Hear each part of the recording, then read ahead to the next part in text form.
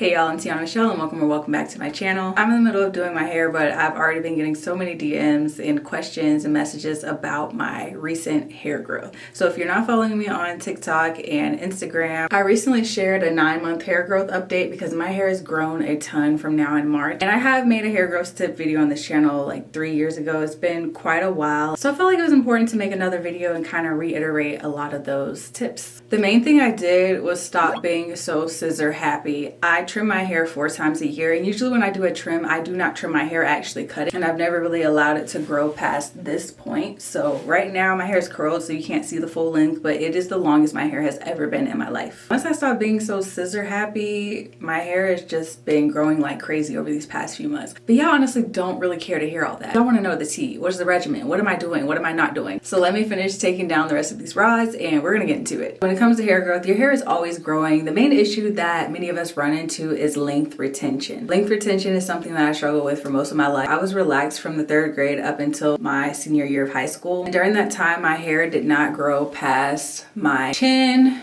and my collarbone. So it pretty much stayed at this point for almost 10 years. And one of the biggest things that I didn't do then that I do now is limit my styling. I've always loved hair and styling and doing creative hairstyles, but I really wasn't about the health of my hair back then. And I was relaxed, but I was also straightening my hair every single day. That's not really an issue for me now because I typically only straighten my hair about 1 to 2 times a year. So even though styling for me then was using heat, today I do so many different hairstyles that you would pretty much think that I'm in my hair every single day. And I'll be honest and say, particularly like November through December, due to the nature of my job, I am doing my hair like twice a week, pretty much to fulfill agreements and the things that I do to provide a living for myself. But outside of that, I limit my styling. Even though I love experimenting with my hair and I do many different hairstyles, I try my best to limit styles to 1 style per week. So if I do a rod set, I'm only going to wear that hairstyle for an entire week. I may put it up in a bun or like a little loose ponytail towards the end of the week right before wash day, but I'm wearing that same style. If I do a blowout and I do like a stretch twist out or a stretch braid out, I'm only wearing that style for the entire week. For me, someone who likes to do different styles where I'm wearing a wash and go 1 week,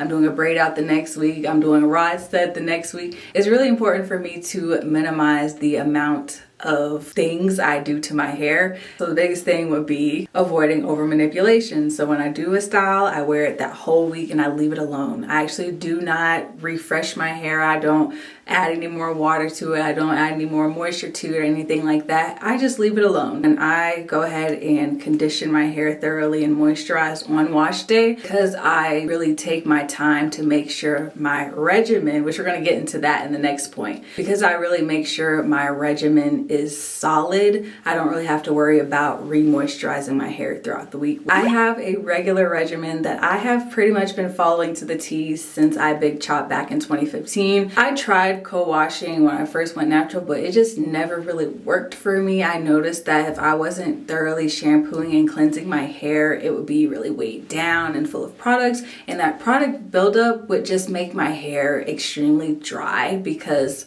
my hair is so caked up with products that the water that I'm using to hydrate when I wash and when I style is not actually getting into my hair. So my strands are just getting drier and drier and drier because there's so much product buildup. I have pretty much always been a shampoo girly. I know that as I am, anti-dandruff shampoo does not smell the best, but it works wonders and you can always follow up with a shampoo that smells better. But me personally, I've always suffered from dandruff issues, but now for like the past 2 or 3 years, I haven't had those dandruff issues, and it's because I consistently use an anti-dandruff shampoo. And not only is this keeping my scalp nice and clean and allowing it to breathe, it's also keeping my hair strands free of buildup, which means when I get to my next wash day and I'm shampooing and conditioning my hair, that moisture is able to get into my strands because my hair is not full of buildup and weighed down.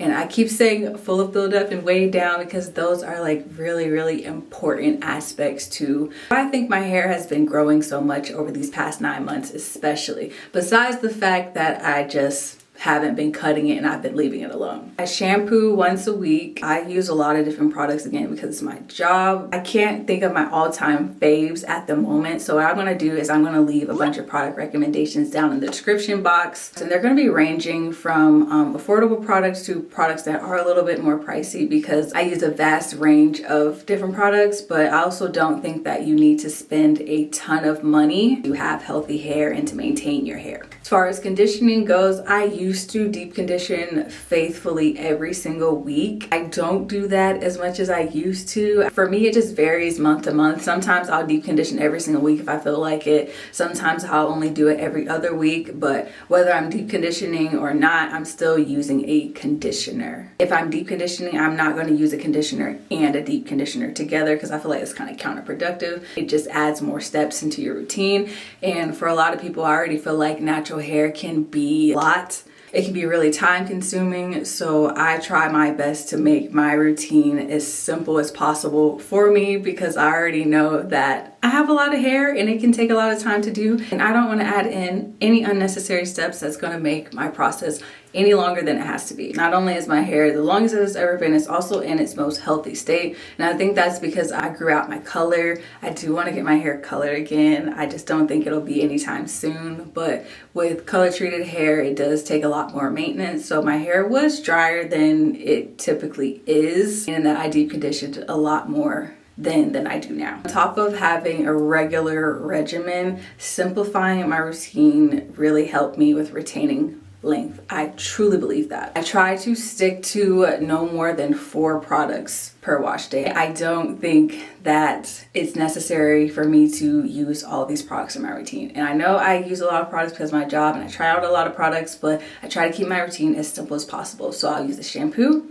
I'll use a conditioner, I may use a scalp serum. I love the Pattern Beauty scalp serum, and then I'll go in with a styling product. Keeping my routine as simple as possible, easy enough for me to follow, and not exhausting so that I'll actually want to do it every week has helped me tremendously with retaining length. And also just figuring out what routine works best for me, because what works for me may not necessarily work for you. Like some people thrive best when washing their hair every 3 days. Some people it's every week. Some people it's every other week. You don't have to follow what I do to the T. The point is to take things that you see from others that may help you and kind of tweak it a bit so that it works for you. The next thing that I've found that has really helped me with the health of my hair overall is scalp care, because your scalp is your skin. Think of the way that you moisturize your skin every day and what happens to your skin if you don't moisturize it. It gets all dry and cracked and crusty. The scalp is a little bit different because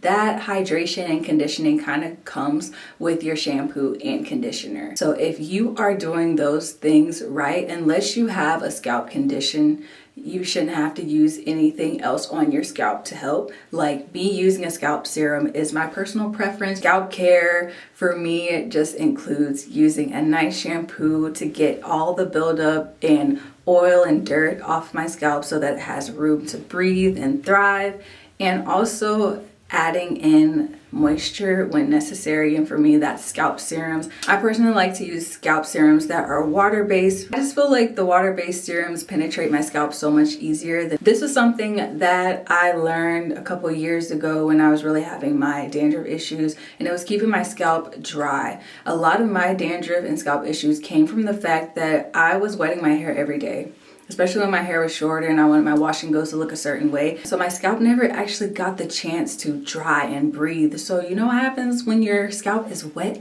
all the time?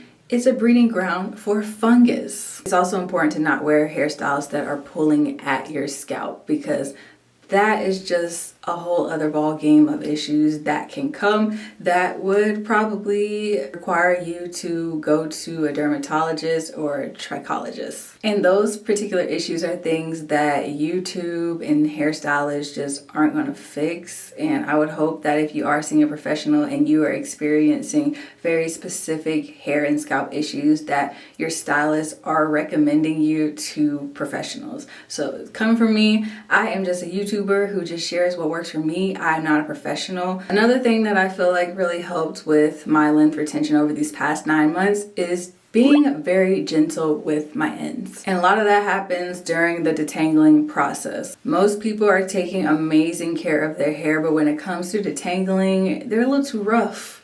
And they're splitting those ends, they're causing unnecessary knots, they're causing unnecessary breakage because of that detangling process. Some people like finger detangling. Me personally, I add in a little finger detangling when I'm detangling my hair, but I don't like to do that solely by itself. I prefer to use tools. The Felicia Leatherwood detangling brush is my favorite. I know people have been talking about the unbrush on TikTok. I've even had a few people asking me to try it, and maybe I'll try it one day, but I am pretty boring when it comes to routines and things that work for me. If something works for me, I don't feel the need to venture out and try anything else. I don't know if that's good or a bad thing, but the Felicia Leatherwood brush, ever since I started using it, it has just made my detangling process so easy. So I don't see a point in fixing what ain't broke. And I actually start detangling when I'm shampooing my hair. And I actually spoke with a professional earlier in the year, and I mentioned that I detangle while shampooing. When I said that, I was kind of scared because, you know, sometimes you don't know if what you're doing is right for your hair or if you're just completely just making it worse. It turns out that because that works for me, there's not really an issue with it. I would recommend that you start your detangling process during shampooing and probably finish it out while conditioning to kind of prevent any issues with like elasticity. But for me, detangling while shampooing just works. And I'm really gentle with the process. I shampoo twice. So what I typically do is I will start with my As I Am anti-dandruff shampoo, and then I'll go in with a moisturizing shampoo, and I'll just slowly start using my hands. My hair is already sectioned off into 4 sections, and I'll start gently separating those sections before taking my detangling brush and starting at the ends of my hair and gently working my way up. I don't know if I have any clips of showing on average like how much hair I shed each wash day. If I do, I'll enter some clips, but if I'm able to find any clips, you'll be able to see that clearly that works for me, and I don't experience a lot of shedding. I don't experience as many single strand knots as I used to. Single strand knots are definitely still there. I'm not going to say that they are non-existent because I don't even think that's a possibility with natural hair, but they are definitely way less than what it used to be. I also try to stay away from detangling my hair while it's dry unless I just took out a protective style or I'm putting my hair in a sleek bun. And even then, I make sure that I'm extra careful through that process. And with this last thing, I don't know if this has anything to do with hair growth overall, or if it more so relates to just the overall health, like my internal health. I used to be addicted to sodas. Like, I would have at least 1 soda a day, sometimes more than that. I have PCOS, so my sugar cravings are just, the way that I crave sugar is insane, and it's terrible for my health. So I've been trying to take these baby steps to slowly start limiting the amount of sugar that I eat and drink. I first started out by cutting out soda. I quit drinking soda in May, and I won't lie, I'll still have 1 soda a month, because I feel like you can still enjoy the things that you like in healthy amounts. So I'll have a soda once a month, but other than that, I have completely cut it out. Sometimes I won't even have a soda for the month, and I don't crave it anymore, which feels amazing. And naturally, with cutting out sodas, my water intake increased significantly. And when I did that, my nails started growing, my face has cleared out. I'm wearing makeup now, so you can't tell that I have uneven skin tone. I suffer from hormonal acne, and I feel like a lot of that had to do with the fact that I was drinking a lot of soda and eating a lot of sugar. So my skin has cleared up, my nails have grown, but most importantly, I think it has contributed to my length retention. I know I stopped like butchering my hair and cutting it so much, but besides that, I can definitely say there is a difference in the health of your hair and your skin and your nails when you are mindful of the things that you put in your body. If you want more consistent updates on my hair growth journey, you should follow me on TikTok, because I will be providing a lot of updates over there. But I will be coming back here in March and over on TikTok to do my final length check to see how much length I have retained since I decided to stop chopping off my hair. I have not done anything out of the ordinary, at least I don't think, with maintaining my hair for me to retain more length. I'm not taking hair vitamins. I'm not doing daily scalp massages. I'm sure these things will help you, but for me, I feel like it's easier to just keep your routine simple. That way you're not stressing over it. You're not constantly checking every day to see if your hair has grown. Because I promise you, it's like when you look for it and you're trying to see, did it grow more, did it get longer, it's like nothing happens, and it's because you're watching it too much. And I'll say now, this is just like a little fun challenge for me. I am not as obsessed with long hair the way that I was when I was younger and when I was relaxed. I can be honest about that. This did not happen for me overnight. There is a point in time, pretty much most of my life, where I really struggled with retaining length and growing my hair. And when I went natural, I thought that in 2 years my hair would be down my waist, because that seemed to be the case for other people. But here we are 9 years later, and we're at a like normal length, but it's not like my hair is hip length. And that's mainly because I cut it all the time. Yeah. Honestly, I'm probably gonna grow it out as long as I can and cut it again, because it's just hair and you can have fun with it and it grows back. And I love that. But anyways, I truly hope that this video was helpful for you all and that you enjoyed it. If you did, please give this video a thumbs up and subscribe if you haven't already, and I'll see you in the next one.